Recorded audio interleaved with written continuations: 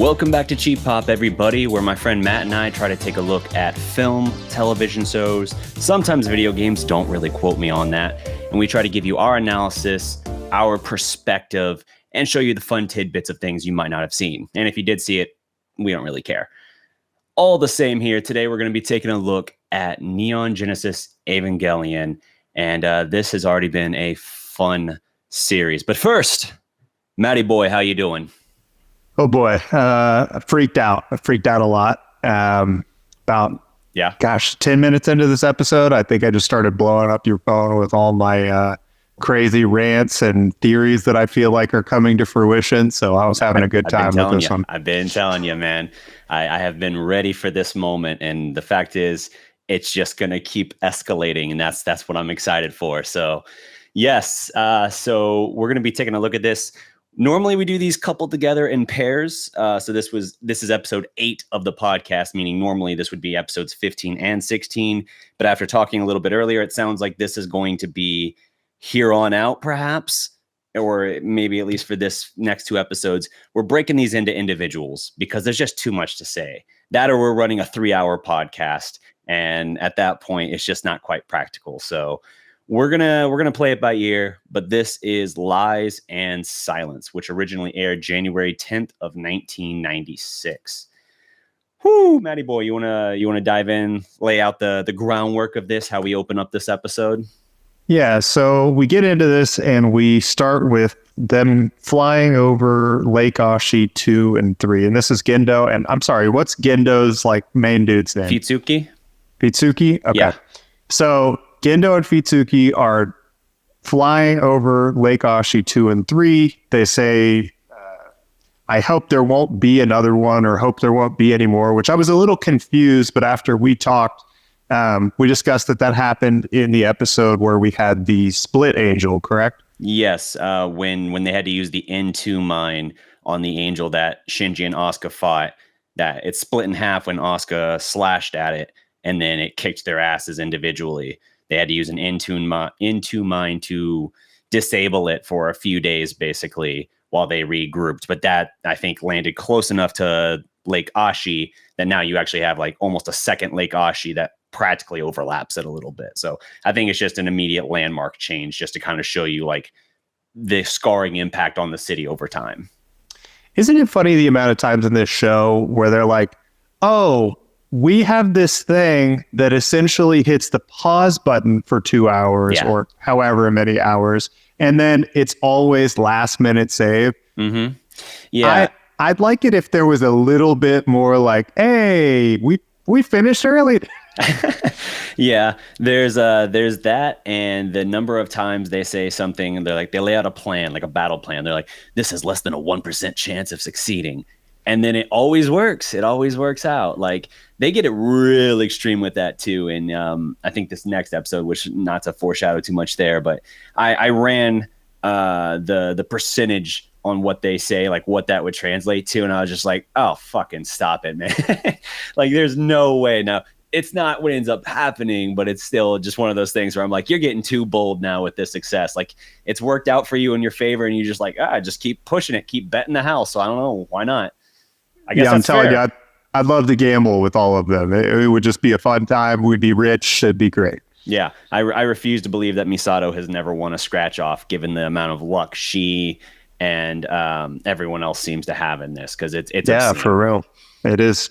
So we get into the next part where they talk about, they're having a discussion about Chairman Keel lodging a complaint about delays in the schedule and wanting to relieve Gendo of his post, essentially, which is the first. I guess we kind of got a little hint that there is some outs between Sele and Gendo. Yeah. Now, this is kind of showing that maybe his career is a little bit more on the line than we thought. And after this conversation gets brought up, he immediately goes into, well, Adam is proceeding well. Then they talk about a dummy plug with Project Ava, which I was a little confused about at the time. And that's fine. You'll get more clarification on that in subsequent episodes. This is just kind of this is just meant to show that there's more in play than even just Project Adam, which I think we only learned about really last episode. Like there's a lot going on that he says are all interlinked. And so their main project they're focused on is proceeding, but there's all these other things that he's also aware of and juggling. So he's just like, they're just focused on their thing. They don't realize these are all connected. So if these are on course, then their thing is also still on course. Yeah. And then we get into, let's see, Human Instrumentality Project. Then when asked about Ray, Gendo pretty much just has no response whatsoever. Yep. Loves to talk about everything but Ray. Ray is on kind of the off limits. So we pass by that. And then we're talking about the Marduk Institute, yep. Not Marmaduke. Not Marmaduke. Yeah, that was an amazing autocorrect there. I was like, I want to hear about this. Yeah, the Marduk Institute is very interesting. There's also a reference to What About That Man, which we come to find later is in reference to Kaji. We'll get into that, but basically Gendo is like, yeah, I'm not worried about him right now. He's allowed to proceed as he is, basically he can still be useful to them, which a subsequent scene will get into. But Marduk Institute, it's not a name thrown around a lot in Ava. Like honestly, I can't think of it coming up at all in the Rebuild series. It has relevance, but it's relevance that even restarting this series again to do this show with you, I didn't immediately remember the name. It was something where as soon as it came up, I was like, oh yeah, that is a plot point. But what is more important is what comes out of the Marduk Institute. Okay. So let's get into the next part. After we kind of discuss that man, we get into what Kaji is doing right now. Mm-hmm. So he's in a warehouse. And then we see the return of the cat lady, which is the person that we had on some sort of like a sky train, something like that. Yeah, tram or something, Yeah, the first real discussion we had, the first real scene we had with him as far as, hey, maybe he's playing two sides of this battle. Yeah. And now we start getting into a little bit more what that is. And you did some research, I know, on what was actually on the page, which I did not do. So you want to get into that? Sure. So yeah, he's meeting up with this source, and he's in this warehouse. He's like, what happened here 16 years ago? But he's standing in this warehouse. It's completely empty, run down. And his source, cat lady, basically just cracks the door open and sits on the curb, feeding the cats. And she's basically kind of his source, his informant to a lot of this stuff. She's helping him dig into everything, because Kaji's not just a double agent. He might as well be a triple agent, maybe even a quadruple agent. I don't know. This guy is playing everybody is all I know. But she's telling him this place is listed as Shannon Biotech, which is a chemical firm that was funded with foreign capital, and says it's been here for 9 years. Again, it's empty. There's not even equipment inside. It is an empty warehouse. And of the Marduk Institute, there were 108 corporations with ties to Marduk as far as where its funding and everything comes from. 106 of those have since been confirmed to be dummy corporations. Well, this is 107, and it is clearly the same. She then gives him a ledger, which is the research you were talking about. She gives him a ledger, and it's the board of directors and everything with the Marduk Institute. And she asks him, like, oh, you don't seem surprised. Some names you were expecting to see? And he kind of is like, yeah. Now, it's written in Japanese, of course, and for whatever reason, they don't actually translate this captions-wise that I saw on screen. 3 of the names include Gendo Ikari, Fuyusuke, and Chairman Keel, which is the Human Instrumentality Commission, basically board member who wears like the visor, looks like he's out of Star Trek or something. That is Chairman Keel, and he kind of oversees that board and speaks for them collectively. So that says quite a bit there. We know that whatever Marduk Institute is, it ties directly. It is like an advisory board to the Human Instrumentality Council, which itself was established to find potential Evangelion pilots. So a lot of questions here going on, but we do see 3 very familiar names, which basically boils it down to, oh, so like this whole thing, this whole structure of like all these corporations and people that are supposed to come together and figure out the ideal candidates for these Evangelion artificial humans really it's just three people. And two of them, I mean, all of them have ulterior motives, obviously, but two of them we already are quite familiar with. And one of them we're starting to learn a little bit about. So lots of interesting questions there. Yeah, everybody's definitely playing their own game, that's for sure. So we get into, let's see, the next scene, which is Asuka making a phone call to Kaji, I believe. The worst person to make that phone call. So in her normal scheme of how I always act, she starts pretending that she's getting attacked. She leaves this message on Kaji's voicemail saying like, oh, that'll get him to call me, which in typical Asuka fashion, that's how she plays everything. It's always like some sort of attack. It's leave me alone, get away from me. And then we start talking about her going on a date with, I believe, Kodama, which is the older, the older sister of the class rep. And then we start talking, let's see, which honestly, that part was a little weird for me because we get so much of Asuka not wanting to like talk to any boys and always being like upset that anyone is looking at her, pursuing her. And she seems very easygoing to like go on this date. And I think you were talking a little bit with me about that might be just like a comfortability with her. Yeah, I think that she looks at the class rep as she is her friend at this point, probably her one genuine friend that, you know, it's not like the Ava pilots, Asuka's even said herself, like, oh, it would just be better if we were friends because of like what all they do. They share that kind of bond and can understand each other. You would presume they don't really. But this is like her one sort of genuine friend, I think. And I think her saying like that she would do this favor. It's the class rep's older sister's friend that wanted to go out on a date with Asuka. And while Asuka when she was first introduced at the school had like her locker spilling open with love letters that she just immediately like crushed under her foot, you know, like had zero interest.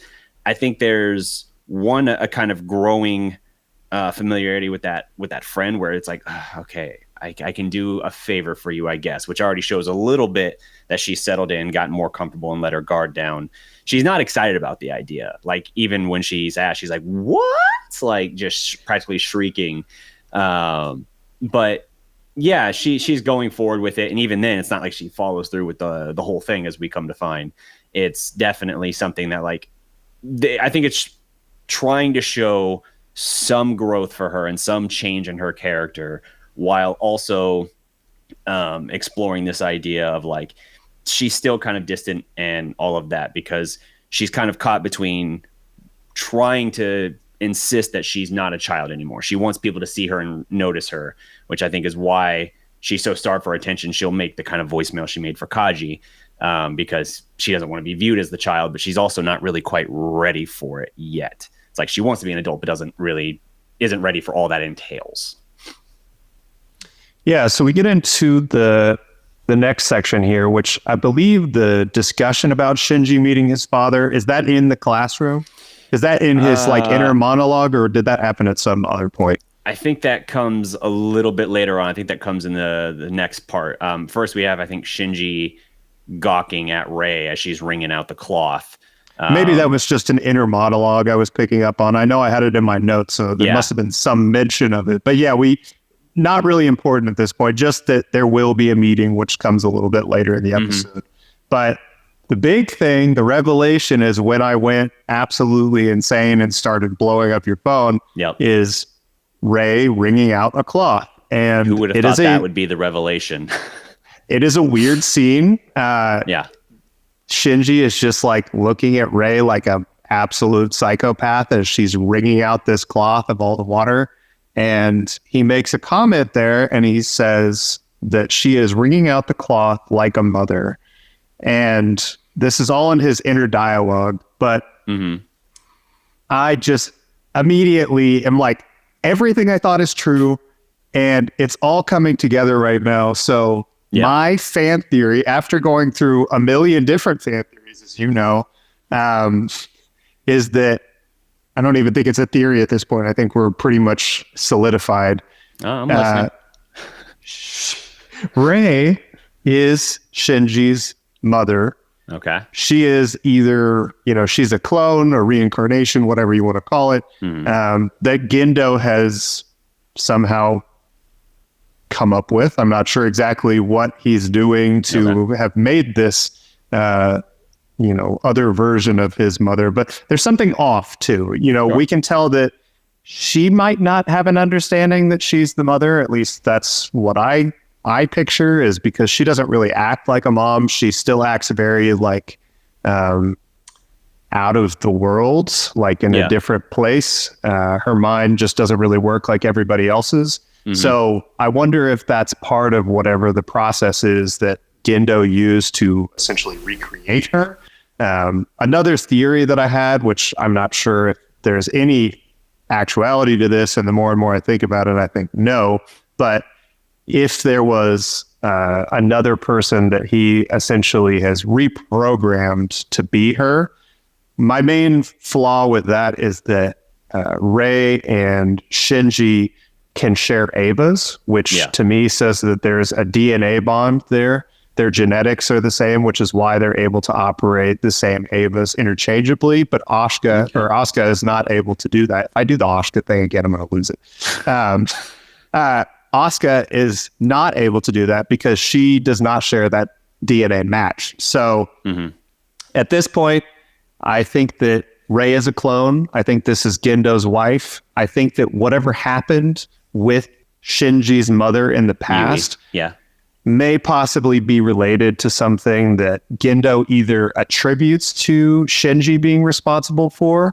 And that's where that kind of attitude towards him comes. Really just like writing him off, not paying attention to him, not acting like a father. Now, we don't really know what he was like before. We know that they've been apart for, she died 3 years ago, I believe. Yeah, Shinji ran away 3 years ago, we come to find. Interesting. Okay. Yeah. So that's where my brain kind of exploded. That's where I'm at right now. So I think there's more pieces to this puzzle, which I haven't gotten to yet. And maybe the information's there and I just haven't seen it or haven't put it together. But there's definitely a puzzle piece I'm missing. I just don't know what it is yet. So I will expand on that when I get there. Yeah. On one of the theories you mentioned, I would mention, you mentioned the shared DNA thing. I would clarify it as it's laid out in the episode from Misato. She says that Unit 2 is not compatible with 1 and 0. She doesn't say that the pilots are not compatible. So that's the only clarification I would give. That I don't know if that undermines your theory on that front or anything like that, but her clarification is that it's Unit 2 that's not compatible, not the pilots, but the actual unit itself is not compatible with 1 and 0. And there is reasoning in that. But interesting theory. I like the general direction and everything of where you're going with some of this. I can definitely get behind that. We'll keep exploring it as we go. But in the midst of all of this, we have it's an interesting name, necrosis operation, which is just more testing. Asuka's irritated that all they're doing lately is testing, which I agree. There haven't been a lot of angels lately. And she's just kind of impatient about it. Meanwhile, you have this conversation with Misato and Risuko talking about yet another wedding they have to attend that night. It's a mutual acquaintance, and they're kind of grumbling about everyone rushing to get married before they turn the big 3-0. Misato is 29, Risuko is 30 at the time of the series, which, hey, that is some serious upward mobility for two people that are 30 or younger to be in an organization like this, ranked as high as they are at 29 and 30 is pretty amazing. But Misato's grumbling about it all the same, that like, oh, my expenses are out of control and now I got to buy another dress and everything. And as I had mentioned before, there's like a more cultural element to Japanese weddings and everything, where it's not just like here, like in the US, where it's like, oh, okay, they're getting married, we'll give them money. And maybe you give them anywhere from 20 to $100 or something, like depending on your level of how well you know them. In Japan, like you have like much more set scales apparently to it. And even like a casual work acquaintance might be expected, translated to USD, to give something between like $200 and $400. So imagine like if you're Pretty actually significant. yeah, imagine like if you're actually close to this person. So Misato's complaint about money and everything, very valid. I feel that at that point. Like, yeah, you don't know them well, and you got to give them at least a couple $100 and buy a dress for the wedding. That's That's a pain in exactly the why you ass. don't want friends. Yeah, that's the problem. You just got to be alone, man. You're gonna go broke otherwise. Um, but yeah, they're talking about this, and they're gonna be doing that tonight. And after the testing is complete, like I said, Asuka's complaining about the testing and everything. But then we get that exchange where Risuko mentions, basically what's wrong with Shinji. He was more glum than usual, even for Shinji's sake. And Misato knows the significance of the following day and kind of alludes to that. She just is like, yeah, I mean, it's Shinji, and there's probably also the significance of tomorrow to take into consideration. And Risuko is just kind of like, oh yeah, I guess that would make sense. Which I kind of take from that sometimes, that Risuko is so scientific sometimes in like her way of thinking that like the human element at times can kind of slip past her when she like, oh right, the emotion of something like that. Whereas Misato, who is starting to assume this almost more maternal type role for especially Shinji, I think she's more sensitive to that type of thing, and so she knew it without even having to think like, oh yeah, I wonder why that is. Oh, I bet it's this. She was like, no, I'm already aware of this essentially, and I think they're trying to just kind of show little subtle nods to that, where she's going from being more inappropriate and just kind of like almost the older sister or cousin type vibe or whatever, to slowly kind of becoming a more maternal figure for Shinji in that respect. And that's when you then had the elevator scene with Shinji and Rei, and he mentions her wringing out the water reminded him of a mother, like a caring mother. And he, I guess before he even says that, he's asking about I'm gonna see my father tomorrow, do you have any advice? And she's like, why would you ask me that? He's like, well, it's just that I saw you talking with him once, and I don't know, he seemed happy. And Ray's like, this creepy familiarity you have between each other. Yeah. And Ray's just like, I don't know what to tell you, man. That's really what you have been staring at me all day wanting to ask. And then that's when he talks about the mother thing. He's like, oh, who knows, Ayanami? Maybe you have a future as a housewife ahead of you. I think that's meant to be an endearing thing to say. Now you almost hear it and you're almost like, oh, calling her just a housewife. But I think he's trying to say it in a more endearing way, like caring, like a caregiver or something like that. And she is blushing, but she tells him, not to be ridiculous. And that kind of like ends that exchange. So there's stuff you can infer, I guess, about her blushing. Is she blushing because like a part of her does want that, and she knows like it's not likely or practical given her line of work and whatever purpose or what she believes her purpose is? Or as you kind of said, do you think there's maybe a greater awareness there, going with your mother theory, if she is aware of that might come into play? Yeah, and with the mother theory, it's like, if she does have that realization, why do Shinji's parents hate him so much? Because like, she's not loving towards him. Really, we probably get the most loving she's ever been with him in this episode, or maybe it's at the end of next episode. But she's pretty, I don't know, she's pretty harsh towards him in all their interactions. Like if we think back to the glasses in her apartment or wherever she's living. An apartment unit, yeah. But her slapping him. It's weird. It's a weird interaction between the two of them. So to be fair, he did honk a boob. Did he honk a boob? He honked a boob. He fell on top of her and was groping her bare chest. Remember, he like took like 5 minutes to even look down and realize what he was doing. I mean, he didn't like actually honk it. I think the slap full. No. He was definitely on her, but I think he first gets slapped with just the glasses. I can't remember. I'd have to go back. It doesn't matter. I think she tried to pull the glasses off, and he fell forward onto her, and his like bag hooked onto the drawer, which is what made the bra and panties and everything rain down. But the slap was definitely when he chastised Gendo as being like a bad father. Like, oh, don't you believe in your father's work? Of course not from a man like him. And then she just slaps the taste out of his mouth. Yeah, he still hasn't gotten that taste back either. He's really been struggling, but it's helpful with Misato's food. So yeah, we have Misato going back home. Asuka's reading a magazine, eating chips. She asks to borrow Misato's lavender perfume, but Misato refuses, saying it's not for children. And then she asks where Shinji is. Asuka says basically he's kept himself locked away in his room. Doesn't really look forward to seeing his dad tomorrow. And then we have Misato and Shinji talking there. First, Shinji staring up at the ceiling. He's all in his head. He's always staring up at a ceiling. That is a very common theme with Shinji, just blank staring in that in his own head. And we hear Gendo's words in his head, first shouting, "Get out," and then, "Good work, Shinji."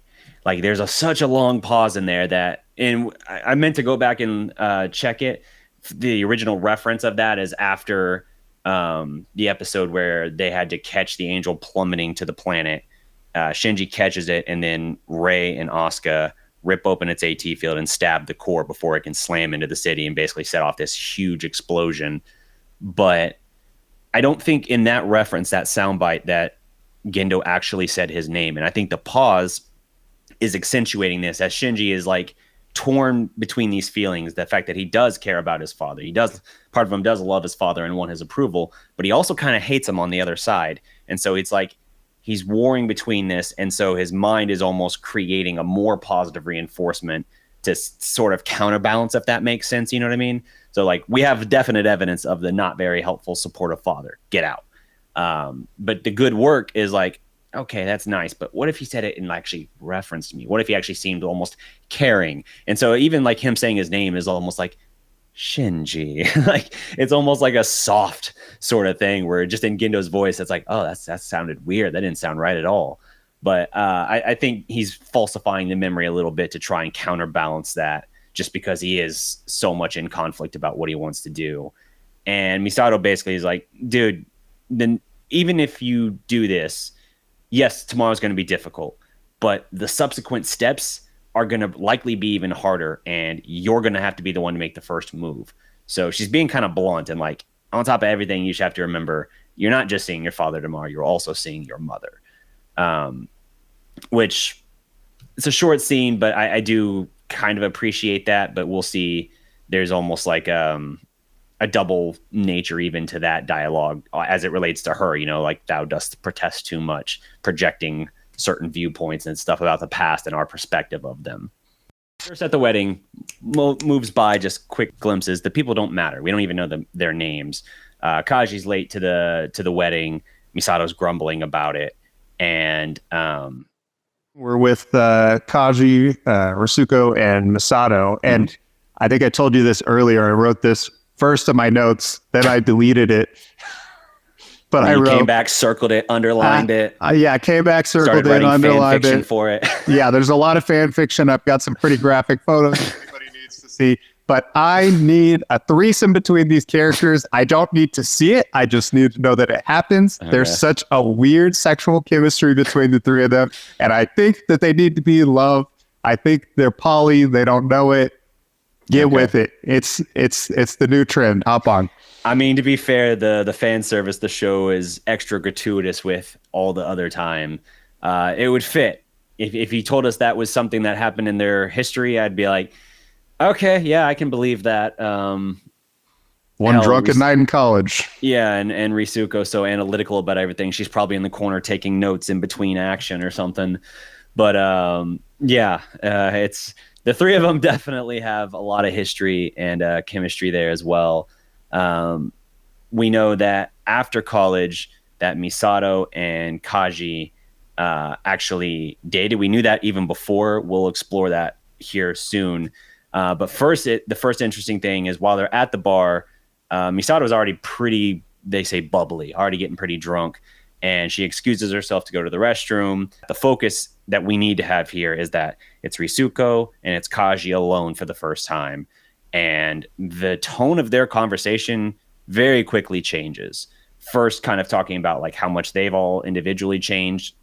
Risuko is saying like, I don't think Misato needs to be drinking anymore. She's already pretty bubbly. And Kaji disagrees, saying that she's basically always done this and that she's drinking more to rein herself in so that she doesn't do something stupid, which sounds like the opposite of what alcohol does. But I guess his history and everything with her, he's able to assert that. And even Risuku's like, well, I mean, I guess you did live with her, so what do I know? Interesting thing there that the two people who know her best sort of disagree in their perspective of whether or not she's trying to do something stupid or whether she's trying to actually rein herself in. Yeah, and I wanted to give that exact quote that Kaji says. He says, drinking to calm herself down so she doesn't lose control, which I think is more of a like saying on her character than probably anything that's been said about her to this point. Yeah. Because we've always had this like very alcoholic nature. Every time we've seen her, she's constantly drinking. We know it's a problem. We know that there's some sort of like coping that's being done with it. But that was like a really interesting take on why she's drinking. Now, I am fully in agreement that I don't think that's what drinking does. But maybe the person writing this has never had alcohol before and they don't understand the effects. Because that's the only way I could think that is going to keep you in control somehow. But yeah, it's interesting there. And I even mused once before about like when we first got her dream sort of sequence of the second impact happening as we learned more about a couple episodes ago, like everything with her father and why that's a conflicted relationship with him. I thought that was interesting. Then my thought was she drinking because she has this dream often and she's trying to just completely block it out by basically getting blackout drunk every night? But then this line seems to go counter to that. So I'm not sure what that's about. You also have the weirdness of Kaji kind of really fixating on that she wears high heels now. I guess the idea so much. Yeah, I guess the idea they're trying to get at there is just that it's a maturity thing. Like, oh, we were so young out of school when we dated and even lived together. But look at her now. Now she's like a woman. She's wearing high heels and she's doing all this stuff. And it's just like making him almost think like that was so far ago that like it's almost like we're not even the same people anymore, which I think is what they're trying to say.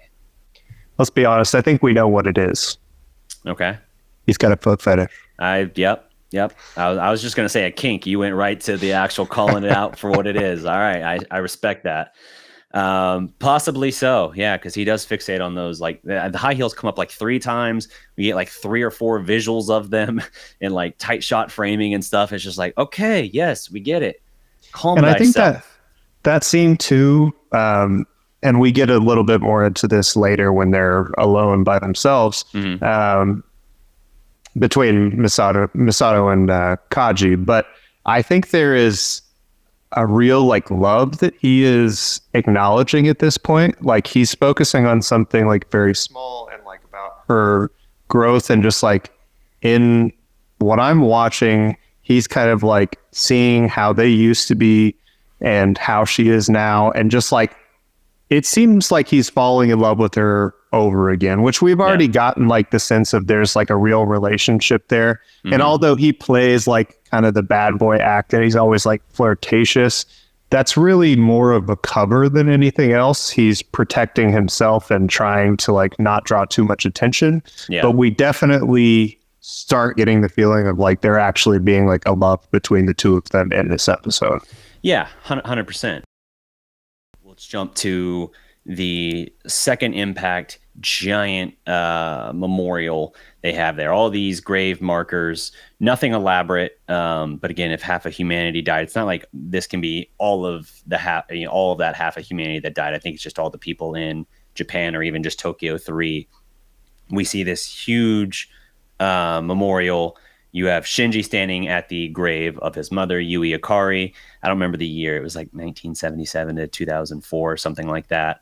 And Gendo is standing a short distance behind him.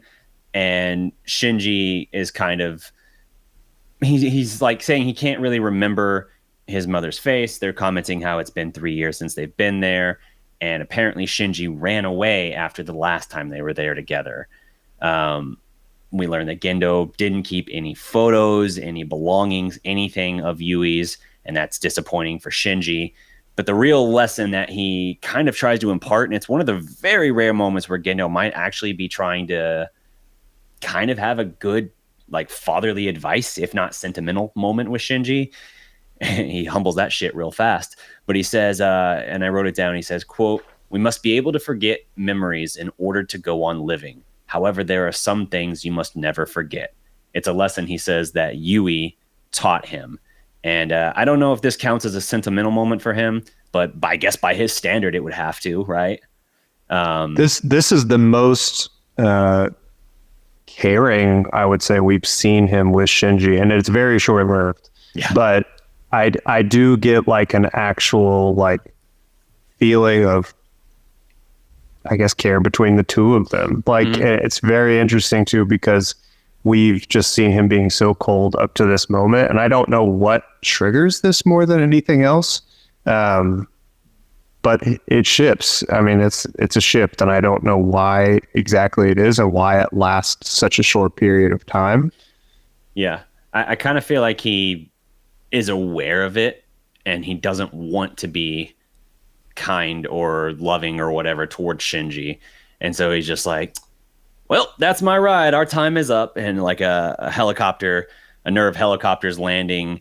Shinji looks up in the window. He sees Rei's face. So clearly, again, he's wanting some sort of connection with his father, kind of like Rei has. And so Shinji just kind of offers up like, wait, father, it was really good. It was great seeing you today and talking with you. And Gendo's quickness to humble Shinji is so great, because his only response is just like, I see. And then it just like jump cuts to the helicopter just taking off again. I was just like, God, you're an asshole.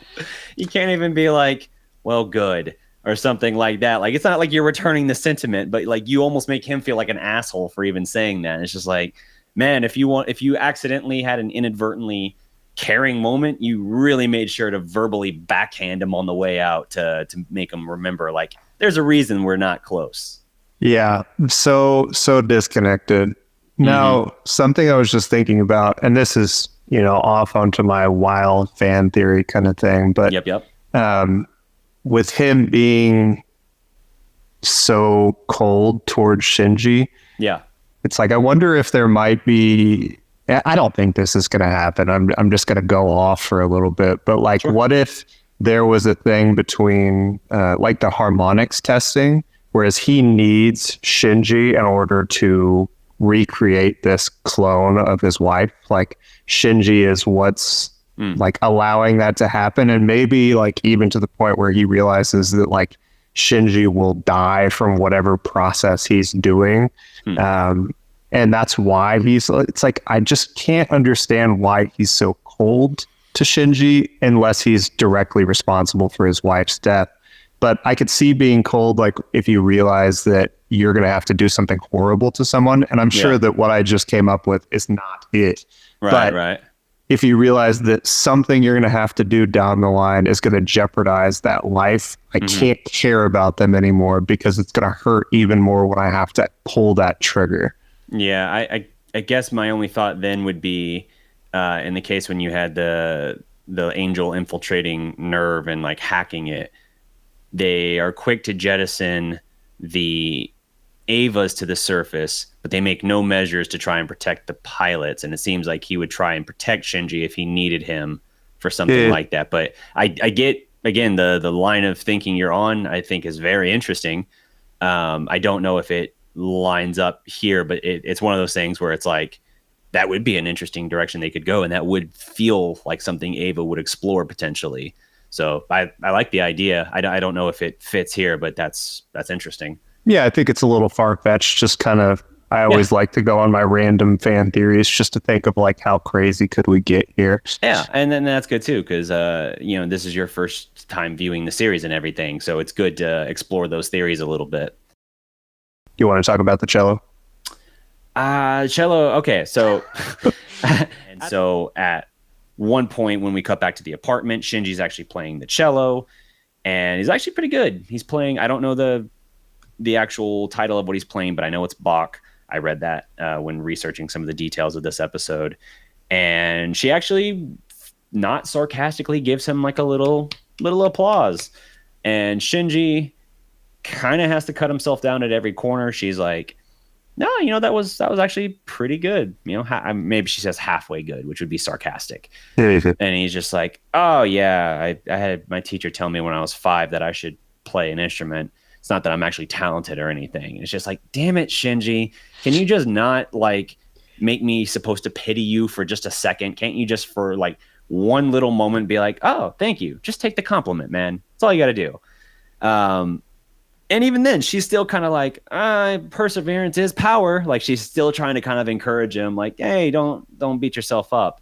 And then he's just like, I mean, really, I just stuck with it because no one ever told me to stop. And at that point, she's just like, oh, you're such an idiot. That's a very Shinji answer. Yeah, the most Shinji answer you could possibly get. And it's also a Rei answer. Rei has said similar things too. I'll be your friend if someone orders me to. Like they act like they have no self-agency, I guess. And that just drives Asuka insane because say what you want about her flaws, and there are many, she is at least her own person who decides what she wants and acts on that predominantly. Absolutely. Well, I wonder if, when we think to, I'm going to say the family unit right now, which is going to be Gendo, Rei, and Shinji, there's definitely an awkwardness to all of the characters, especially if we think back to Shinji at the beginning. Really, he was like quite an awkward child. There were a number of awkward moments with him, like talking with Misato and just being like very robotic. And I think this even goes into like maybe a little bit of you are not your parents' children, even though you will get a lot of their values and you will get a lot of their, traits that they might put off. So maybe Gendo and, I'm just going to say Rei. What's the mother's actual name? Yui. Yui. Y-U-I. Yeah. So Y-U-I. We're still going to go with Rei though. So Gendo, Rei are just awkward people. And maybe that's how Shinji was brought up and he was just kind of used to that, which is why he acts the way he does. But the more and more he's getting to know these other people, being around Misato so much specifically, he's really like becoming his own person outside of who he was raised to be. So that could be a little bit of the disconnect because he definitely feels like a very different character than the other two of them. Yeah, that's fair. I just realized I forgot to mention in that last scene, we also found out that Asuka ditched her date at the amusement park, waiting in line at the roller coaster. She found him so boring, and she's lamenting that Mr. Kashi is the only good guy around.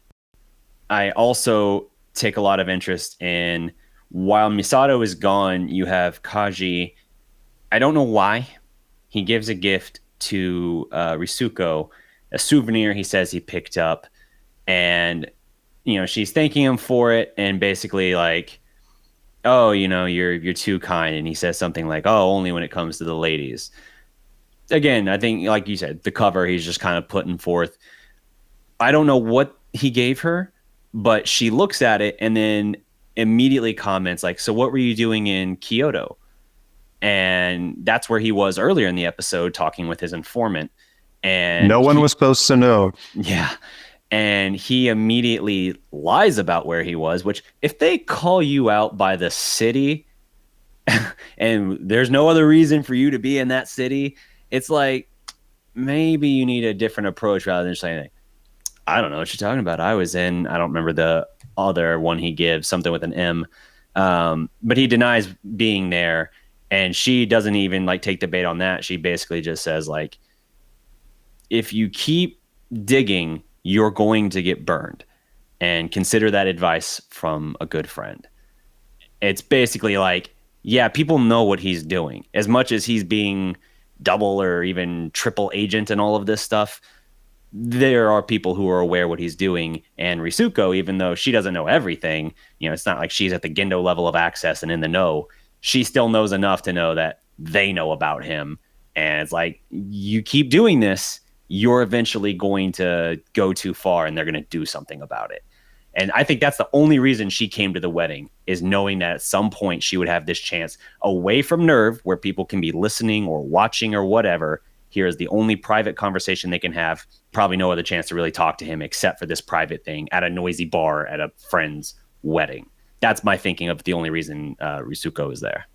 Yeah, and the tonal shift when she says it too, like the whole, the whole episode like changed for me right then because it just became so much more interesting. Like I do feel like she has a genuine concern for him, but I also feel like beyond her mother's consciousness being integrated into the Magi, she's obviously got something else that's going on with Gendo. And I don't know what that is because I feel like her relationship, or at least to this point that we've seen with Gendo, is nowhere near what it is with Kaji and Misato. Right. But she seems very torn between two lines. So I want to protect my friend, but I'm also want you to know that I'm on the other team. Yeah. So don't F with us. Like, this is not going to work out for you. Yeah. So it's really interesting to see like how that's kind of like playing out in her head. And I'm curious of what's going to happen when the shit really hits the fan. Like, where is her allegiance going to be? Yeah. When Misato comes back from the bathroom, the tone immediately completely changes again between Risuko and Kaji. And she's pretty quick after that. Like initially she's talking about this sort of contradiction within living beings to be capable of change, but also resist it. And she kind of just throws that out there again. Ava likes to wax philosophical sometimes. And then she basically is just like, well, I got to go. I've got work to do. I think she's just coming up with an excuse for why she has to leave. Cause it's like, well, you knew you had a wedding tonight. You're dressed to the nines in a fancy dress and everything. It's late at night at this point. I just kind of wonder, like, what work would she actually have? Is she just excusing herself? I think it's because she only was there to tell Kaji what she told him, that warning. Job is done. Yeah. And now she's like, yep, time to go. Plus, at this point, Misato's already kind of getting sloppy. And so she's probably thinking like, I don't know what's going to happen there. But she does seem to think that, because Kaji was saying earlier on the subject of Misato, Risuko's almost asking him like, do you still have intentions with that? And he's kind of saying like, well, it was so long ago that we were together. We were really just kids playing married. Really, they just lived together, but they didn't really know what life was like. They were too ignorant of all of that. And he's like, that's a battle that was lost a long time ago, and I don't fight battles I can't win.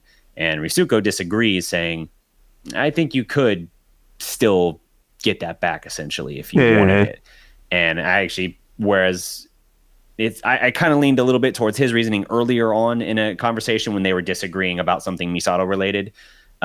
Here, I think she's right. I think it's very clear that Misato still has feelings for him, not just the hookup, but also like deep-rooted feelings that are just complicated because of what we'll get into in a moment.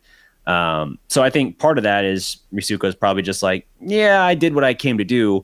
I don't know where this is going, but I do kind of want you two to get back together if that's in the cards. So I'm just going to excuse myself and you do your thing. So Misato, before they go to the after party, called home to let Shinji and them know that they were going to be out for a while longer. Asuka is bothered by this because, unlike Shinji, she seems to understand what that would potentially imply. Asuka is kind of distressed because she knows Misato and Kaji, who she's been trying to get Kaji's attention, far as we know, basically since the Magma Diver episode. I don't think we've seen them interact in any way since then. And she laid it on pretty thick with the whole swimsuit try-on thing, right? Like she's trying to get his attention. So she's kind of distressed. I think she's creating this in her mind of almost like competing with Misato for Kaji, even though she doesn't realize that Kaji's not really into kids, gratefully, but I don't even think she knows about the history of Misato. Well, no, she has to know something because in the introduction they referenced it. Regardless, she's jealous and she thinks she's competing with Misato, having no idea that it's not even a contest. Flash forward back now to the park where they're leaving. This is after the after party. We start by hearing Misato barf into an alleyway, apparently. And she's being carried on Kaji's back. She's like, no, I can walk. So now they're walking together. She's carrying the high heels. And that's where they start kind of exploring all of this. Misato, because she's drunk, again, defenses are down a little bit. She just basically comes clean about a lot of things. She says she apologizes first for them breaking up because she never gave a reason. She just kind of left. And she says that she basically realized how much Kaji was like her father. And she has a very conflicting relationship with her father where she mostly just hates him. And so she hated the idea that she looked for a man like her father to be like her really significant person. Like it seemed like, even though he said like, oh, we were kids, we didn't really know what we were doing. It's clear that like she saw herself almost domesticating a little bit and like possibly even being with someone that she could settle down with. And then when she realized how much like her father he was, which isn't really explored, it's just kind of stated, she freaked out about herself also kind of transitioning into this thing where she's not kind of the crazy college kid or whatever. She's actually kind of thinking in terms of a more domestic life, and she just freaked out and ran away. And she talks then about Parallel. Shinji's not even there and he can't catch a break. She's like, I'm a coward like Shinji. And I'm just like, oh, come on. Why are you taking stray shots at Shinji? He's catching a stray bullet over here. But her dialogue in the caption was actually even like harsher towards herself than what we got in the dub. The dub is actually a little bit more gentle with that. So here I wrote this whole little rant down from her. She says, when I realized that I'd found my father in the man I was dating, I didn't know what to do. I just couldn't. All I knew was that I was terrified. These feelings kept building up in me about being with you, about being a woman. All of it just scared me to death. I had looked for someone just like my father, a man I hated so much. So I joined Nerve thinking that I could put that all behind me. But Nerve was where my father had worked. I was just deceiving myself by thinking I had joined to get revenge against the angels. The subtitle I'm talking about, though, is when she says, all I ever do is look for comfort in men when it's convenient. The subtitle says, I'm a conniving bitch who only asks men for help when it's convenient for her. I'm doing Dear it Lord. right now. I have no shame. Even back then, I was using you the whole time. I hate myself. And you're just like, fucking hell, man. Like she is all the stuff that she like packed down in a box is just like exploding out now. There's no bottling anything up. All of her worst toxic self-speak and everything is coming out, how she views herself. And it's like, yeah, if you're holding on to that kind of conflicting emotion and everything about projecting that onto Kaji, even though it's not his fault or anything like that, then I can see why you would have run from that relationship. And it's amazing to me calling herself out on the seeking comfort from men and kind of like using them at times, because there is some truth to that a little bit. We'll see later. Yeah, kind of. Yeah. Dear Lord, that's a lot to take in, honestly. Yeah, a lot of negative self-talk there. I wonder, I kind of want to know, like, I'm sure we kind of discussed this earlier and it probably got brought up, but was Kachi always this like kind of ladies' man, or maybe was this something he developed after? I'm not certain. I think it came after, but I do feel like there was something Risuko might have said once that implied that he also kind of quote unquote settled down a little bit when they started dating. So maybe he was that. They started dating and now he's just kind of like still projecting that air as if like, no, I'm fine. I'm not hurting or anything. Yeah. Yeah. I mean, I loved it. We definitely got a lot more into that character background between the two of them. And then we get the kiss between them, which I wrote in my notes. I was like, I kind of thought he was going to punch her in the or face. Slap or something. Yeah. Yeah, he looked very angry, but it turns out to be a kiss, and it's like this very loving moment. She's walking around in socks. I feel like I remember that moment for some reason. Yeah. Asuka, wanting to feel more adult and all of that, decides they're going to practice kissing. And so and by the way, goes about it in the bitchiest way possible. Not just like, first she's like, hey, Shinji, you want to kiss? And he's like, takes his earbud out like, huh? She's like, kissing. Do you want to try? He's like, why? And she like goes into full bitch mode. She basically is like, oh, what? Are you afraid to kiss on the anniversary of your mother's death? Like she'll be watching you.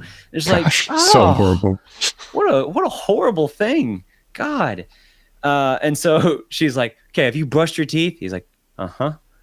And then they get close and she's like, don't breathe on me. It tickles. So she like plugs his nose, plants basically just like a smacking lip lock, like not even like kissing, just like suffocating him basically. He's turning blue, he's turning purple, like he's suffocating here. And then finally he like gasps and pulls away. She waits about a half-second beat and then she runs to the bathroom in his gargling mouthwash or something. And she's like, this is not something you do just because you're bored. Which is, like I said earlier, her wrestling between wanting to be a grown-up but not really being prepared for it, like in terms of maturity and everything. Well, I think her response was in to the way he acted. You think it's because he like pulled back and gasped like it was awful, that's why she's like, I got to now act like I hated it too. Exactly. So we see his hand the whole time, which is turning all kinds of great colors and to like the point where he looks like, he looks like a zombie by the end of it. And when they get done kissing, he gasped for breath and is like, and jumps back. I think she was, and there's such like, it's like literally one scene of her face and her eyes are just kind of like black almost, but just like sadness is what it looks like. And I think she was just like so hurt, thinking like, oh, he's really going to like enjoy this. This is going to like build something between us. Maybe this will like start that spark. And she was just like so hurt that it didn't seem to mean more, even though, you know, you're responsible for this. You can't plug his nose. He can't breathe. Yeah. But I think she was just so hurt that she immediately went into defense mode. And how can I make this like his fault? You know, how can I tie this back to like, oh, this is too early. Like, this, we should have done this. Yeah. So then we flash forward to Kaji dropping off Misato at her house. Asuka is, of course, over the moon to see him. They tuck Misato into bed, and she's, again, holding on his arm. She's changed clothes now, so I think she's trying to sort of entice again. And he's just like, I can't stay. And she's like, oh, of course you can. And he's like, no, I can't go to work tomorrow wearing these clothes. And she's trying to make excuses, but then she does notice as he's basically brushing her off that, oh, he smells like lavender.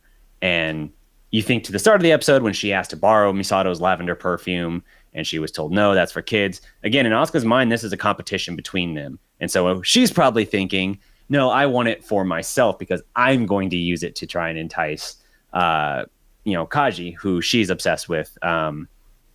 We say Kaji, that's his last name. His name is Ryoji Kaji. But Kaji is just what he's referred to 99% of the time. So if you're talking about like a potential like division maybe between her and Misato that might be growing, I think that could be a pivotal moment there for what we see moving forward is her feeling like she's almost betraying her trust a little bit, like keeping her like she's the other woman and, stabbing me in the back a little bit with this. She's devastated, I think, because just her tone is flat as she kind of realizes this. Like you said, that kind of just blank stare, like she just kind of realizes like, oh, she was using it because she was trying to entice him, and now he smells like that. It's almost like the marking of territory sort of thing. But yeah, Kaji leaves, and he's gonna go continue doing his double, triple agent nonsense, and it's a bit of a mess back at the Misato household. So Rei is in this tube with a whole bunch of interesting exhaust pipe looking things above her, and Gendo and her kind of share a loving glance. And the more I think about this scene, this ties in even more with the cloning thing. So if you were to make a clone of a person, you will get their DNA, but you will not get their memories. You will not get probably even the same personality. I mean, within reason, I guess. But, and I think that's exactly what he's doing. Just like with Risuko's mother, her consciousness was put into the Magi. So it was transferred into this computer. And I would assume that he is using the same technology to transfer his wife's consciousness, which I assume that he is at some point gathered and saved, and he is transferring that into this clone, which signifies even more of like why she is Feels so, like an empty vessel sometimes. yes, disoriented, because she is not really herself yet. She is probably a part of that mother figure, a part of that wife figure, and who Gendo remembers. But I think that it's a time, it's a time-consuming process that is not really fully done They do yet. comment. You get just a whisper of a scene at school that morning, and the teacher comments that like, "Oh, right, Ray's out again. That's 3 days in a row. So she's been missing a while, and now we see her in this tube, and it's like, oh, so this is like an involved process." And Shinji and Asuka don't even know. Asuka doesn't really care, but Shinji, of course, is still staring longingly at the empty seat, and it's just like, dude, reel it in a little bit. You've said before it's not a romantic interest, but like, it's still a little strange how just like enamored you are with all of this. Yeah. So, and when we kind of think back to like, okay, what did happen? We're going to go with 3 years ago right now. So 3 years ago, something happened and she died. But with all that we get from the Avas as far as these berserk modes and the crazy things that they do, especially Gendo's response to Rey getting into an accident and how quickly he goes to save her, I think that we can easily assume that she died because of one of the Avas. I don't know if it was a berserk mode. I don't know if it was, something in testing that just went wrong. But I think that is how she passed away. As far as how Shinji ties into that, I'm not really sure. Probably, really not at all from what I can see, but just more thoughts of like, what happened in the past to where she is a clone now. And why was it such an immediate need to pull her in before this like transition was a thing? Like, why can't he just transfer this consciousness and then she's ready to go, as to what we're doing now, where it's like, I have to take her out a couple of times a week. We have to keep doing this. And maybe that's just how the process goes. It's not, it's an experimental thing at this phase that he doesn't really know how to do it. He's still learning, just like he's learning with the Avas still, and they're still working on all this different stuff. And I would say the harmonics testing, going back to that a little bit, could even play into the cloning process as far as trying to, and maybe it has nothing to do with it. Maybe it's just related to the Avos, but maybe there is some data that he's gathering from that to help in his little secret project. Could be. That's interesting. And this is all in Dogma Central, which is like the main chamber basically under Nerve HQ. But while that's happening, we're flashing down. Terminal Dogma. That's Terminal Dogma. I thought Terminal Dogma is where we were with Kaji, some 2,000 meters below even that. Oh, yes. You're right. Yeah, you're so right. some 2,000 meters below even that, Central Dogma, Dogma Central, whatever, is Terminal Dogma. And Kaji is about to open a door of some hidden chamber. There's a sign on the door that translates to saying basically that any intruders will be shot on sight. So that's pretty strict there. And we have a gun drawn on Kaji. Have we seen a gun yet? Have we seen any human with a gun? Humans, no, not yet. Because I was loving this scene. Like the second a gun got pulled on somebody, I was like, ooh, we're into like human battle right now. I'm digging it. And we turn around and see that it's Misato with her gun to Kaji's head, which again is like, boy, I am fully on board for this, because we have this really interesting love between the two of them. And then there's the work that they are, doing and apparently not sharing at this point, because he's a double agent. And you're torn between two sides. Yep.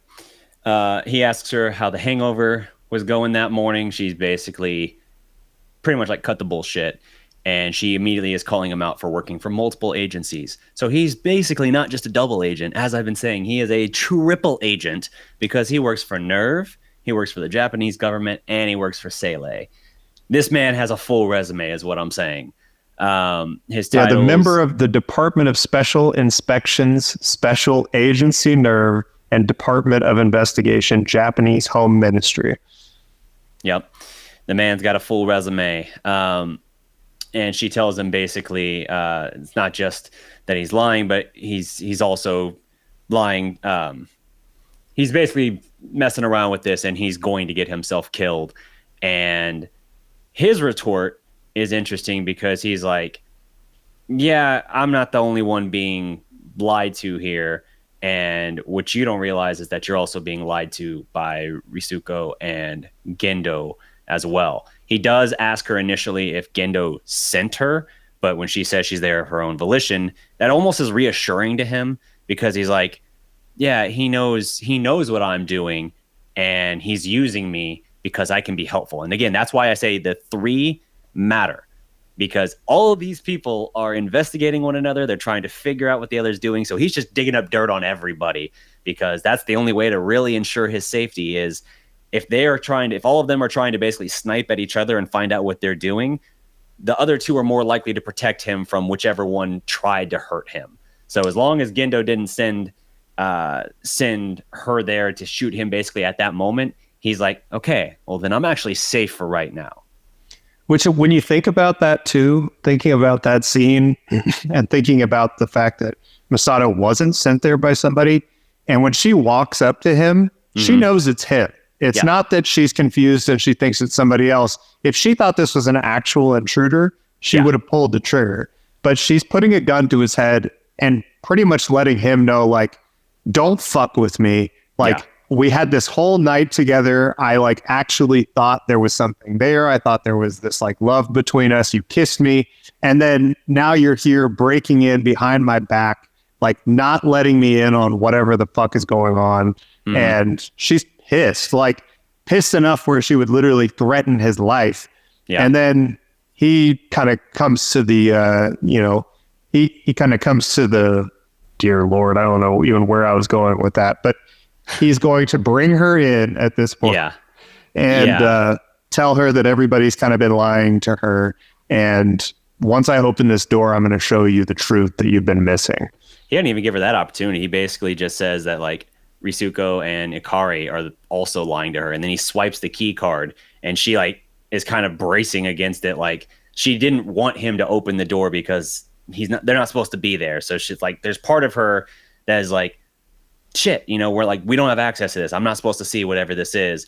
But then we open it up and it's one of the most iconic shots of Evangelion where you're just looking at this and you're like, dear God, what is that? You have something crucified on a giant cross.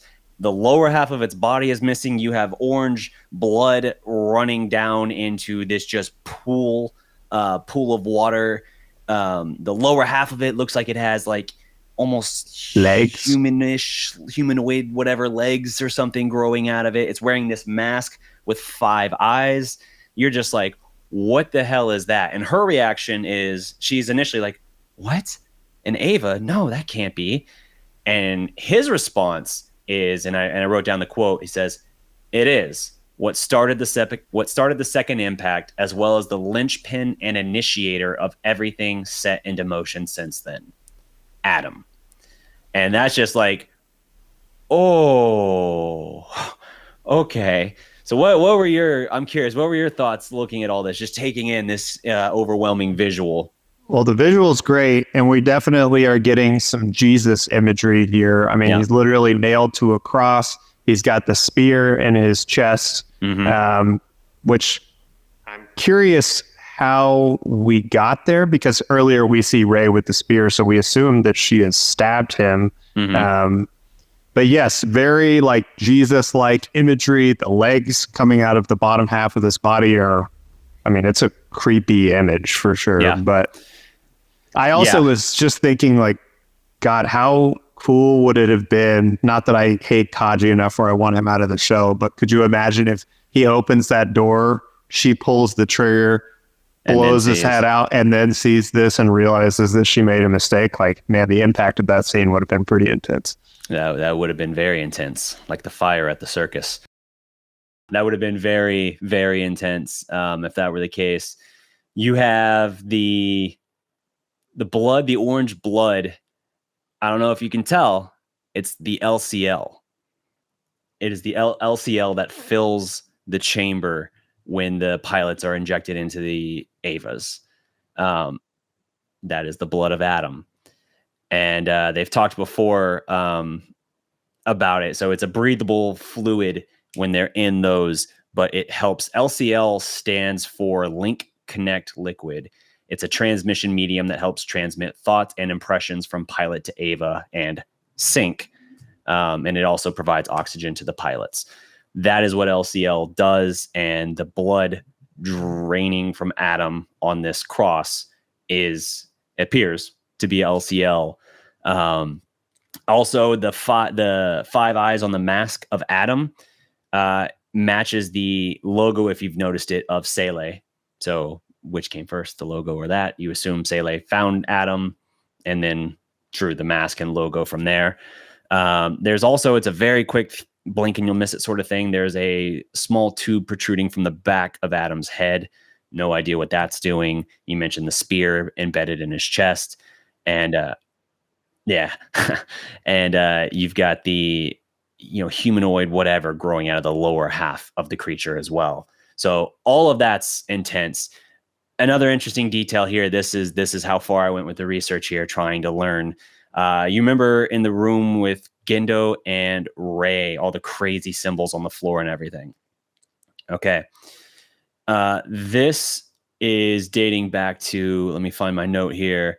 The design on the floor depicts part of the Sloan collection from the British Library.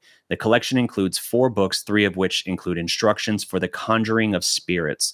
The relevant pictogram seen in this shot is from the first book, which is used as a magic circle in which the magician stands in, so as to be preserved from the spirit's influence.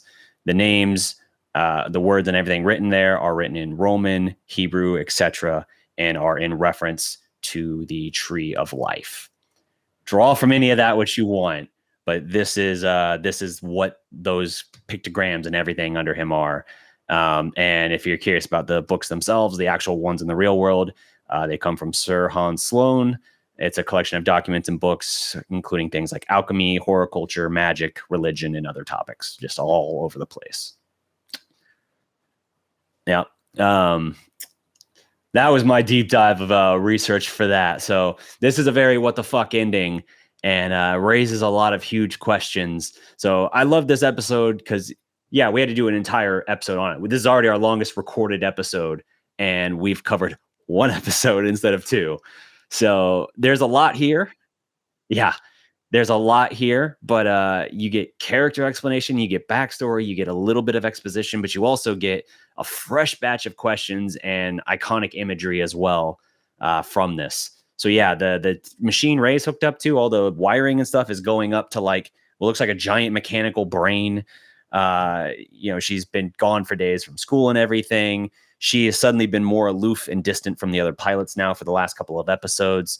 So there's a lot where you're just like, man, what is going on here? This is fascinating as we're like really building towards shit going down. And now we have, it seems, Adam presented at the end of this episode. We've known since Kaji brought those what would you call them? They weren't remains, the almost embryo of Adam that he delivered in the episode. Him and Asuka were first introduced. He delivered those to Gendo, and now we have this thing here, and it's like, oh, yeah, how do we get here? And there's the Spear of Longinus, which, as you mentioned, Ray was carrying at the end of the previous episode, and for some reason it stabbed into Adam. That's interesting. So things are escalating. Lots of fascinating questions going on here. Not like we've been setting up this whole time. If you had a what the fuck meter, where are we at right now? If 1 is like a normal day and 10 is Jesus Christ, what the fuck? Where are we at on this?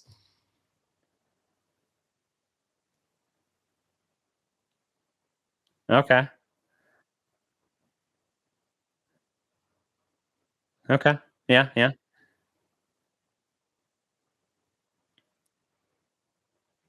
Sure. Mm-hmm. Mm-hmm. The tail, the tip of the tail. Uh-huh. Those were humanoid Godzilla hybrid things. But yes, yeah. So, as we've talked about Ava's cultural impact on film and anime and stuff like that, think if you're thinking within Ridley Scott's universe here, think, oh, fuck, what's Prometheus in that sort of realm here, something spawning from these, for lack of a better term, seeds of life, essentially. I